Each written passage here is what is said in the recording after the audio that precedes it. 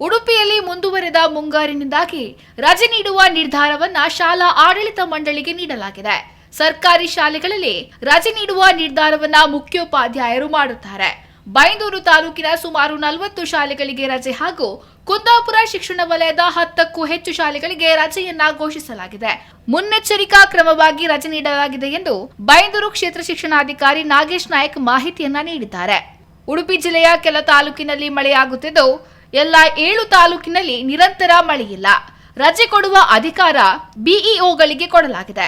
ರಾತ್ರಿ 10 ಗಂಟೆಯ ನಂತರ ಮಳೆ ಕಡಿಮೆಯಾಗಿದ್ದು ಕೆಲ ಶಾಲಾ ಆಡಳಿತ ಮಂಡಳಿಯವರು ಪರಿಸ್ಥಿತಿ ನೋಡಿಕೊಂಡು ರಜೆ ಕೊಟ್ಟಿದ್ದಾರೆ ಎಂದು ಉಡುಪಿ ಡಿಸಿ ವಿದ್ಯಾಕುಮಾರಿ ಮಾಹಿತಿಯನ್ನ ನೀಡಿದ್ದಾರೆ. ಉಡುಪಿ ನಗರ ಮಣಿಪಾಲದಲ್ಲಿ ವ್ಯಾಪಕ ಮಳೆಯಾಗಿದ್ದು ತಗ್ಗು ಪ್ರದೇಶ ಗದ್ದೆ ಸಾಲುಗಳಿಗೆ ಭಾರಿ ಪ್ರಮಾಣದ ನೀರು ನುಗ್ಗಿದೆ. ಜನವಸತಿ ಪ್ರದೇಶಗಳತ್ತ ಮಳೆ ನೀರು ನುಗ್ಗಿದ್ದು ರಸ್ತೆಯಲ್ಲಿ ನದಿಯಂತೆ ಹರಿಯುವ ಮಳೆ ನೀರು ಸಗ್ರಿ ಗುಂಡಿಬೈಲು ಚಕ್ರತೀರ್ಥ ಪ್ರದೇಶಗಳಲ್ಲಿ ಕೃತಕ ನೆರೆ ಉಂಟಾಗಿದೆ.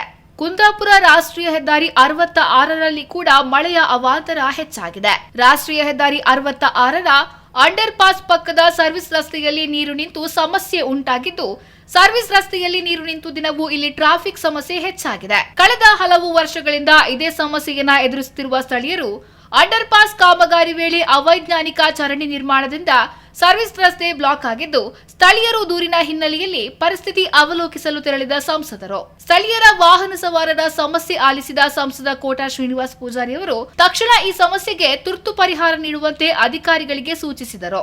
ಸರ್ವಿಸ್ ರಸ್ತೆ ಪಕ್ಕದಲ್ಲಿರುವ ಚರಂಡಿ ವ್ಯವಸ್ಥೆ ಸರಿ ಮಾಡುವಂತೆ ಅಧಿಕಾರಿಗಳಿಗೆ ತಾಕೀತು.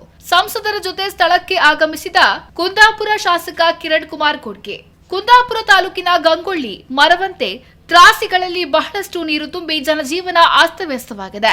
ಹಲವು ಮನೆಗಳು ಜಲಾವೃತವಾಗಿದ್ದು ಜನರ ಜೀವನ ಕೂಡ ಅಸ್ತವ್ಯಸ್ತವಾಗಿದೆ. 2 ದಿನಗಳಿಂದ ಸುರಿಯುತ್ತಿರುವ ನಿರಂತರ ಮಳೆಯಿಂದಾಗಿ ಉಡುಪಿ ನಗರಸಭೆ ವ್ಯಾಪ್ತಿಯಲ್ಲಿ ಹಲವೆಡೆ ಮನೆಗಳು ಜಲಾವೃತಗೊಂಡಿದೆ. ಉಡುಪಿಯ ಕರಂಬಳ್ಳಿ ಮೂಡನಿಡಂಬೂರು ಕೊಡವೂರು ಭಾಗದಲ್ಲಿ ಕೃತಕ ನೆರೆ ಸೃಷ್ಟಿಯಾಗಿದೆ. ಕರಂಬಳ್ಳಿ ಭಾಗದಲ್ಲಿ ಬನ್ನಂಚೆ ಮೂಡನಿಡಂಬೂರು ಕೆಲವು ಮನೆಗಳು ಜಲಾವೃತಗೊಂಡಿದೆ. ಇಂದ್ರಾಣಿ ನದಿ ಹರಿಯುವ ಪಾತ್ರದಲ್ಲಿ ಗುಂಡಿ ಭಾಗದಲ್ಲಿ ತೋಟ ಗದ್ದೆಗಳು ಜಲಾವೃತಗೊಂಡಿದೆ.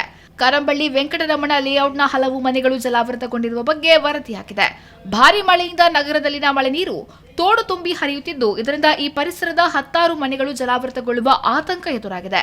ಹಲವೆಡೆ ಮಕ್ಕಳು ಶಾಲೆಗೆ ತೆರಳಲು ಪರದಾಡುವ ಪರಿಸ್ಥಿತಿ ನಿರ್ಮಾಣವಾಗಿದೆ. ರಸ್ತೆ ಕೂಡ ಜಲಾವೃತಗೊಂಡಿರುವುದರಿಂದ ವಾಹನ ಸಂಚಾರಕ್ಕೂ ಅಡ್ಡಿಯಾಗುತ್ತಿದೆ.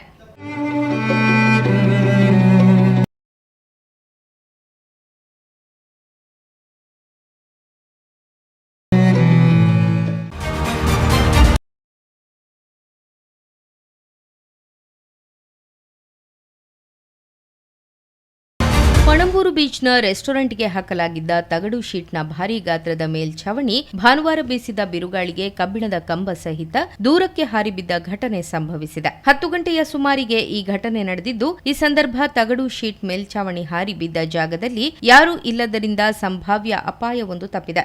20ಕ್ಕೂ ಅಧಿಕ ಕಬ್ಬಿಣದ ಪೈಪ್ ಅಳವಡಿಸಿ ರೆಸಾರ್ಟ್ಗೆ ತಗಡು ಶೀಟ್ ಮೇಲ್ಛಾವಣಿ ಹಾಕಲಾಗಿತ್ತು. ಸಮೀಪದಲ್ಲೇ ಇದ್ದ ಗೋಬಿ ಶಾಪ್ಗೆ ಹಾನಿಯಾಗಿದ್ದು, ಇದರಲ್ಲಿ ಕೆಲಸ ಮಾಡುತ್ತಿದ್ದ ಮಂದಿ ಓಡಿ ತಪ್ಪಿಸಿಕೊಂಡಿದ್ದಾರೆ. ಬಿರುಗಾಳಿಗೆ ಸಮುದ್ರ ತೀರದುದ್ದಕ್ಕೂ ಇರುವ ಮರದ ಕೊಂಬೆಗಳು ಮುರಿದು ಬಿದ್ದಿದ್ದವು. ಫ್ಲೆಕ್ಸ್ಗಳು ಹಾಗೂ ಬೋರ್ಡ್ಗಳು ಧರೆಗುರುಳಿವೆ.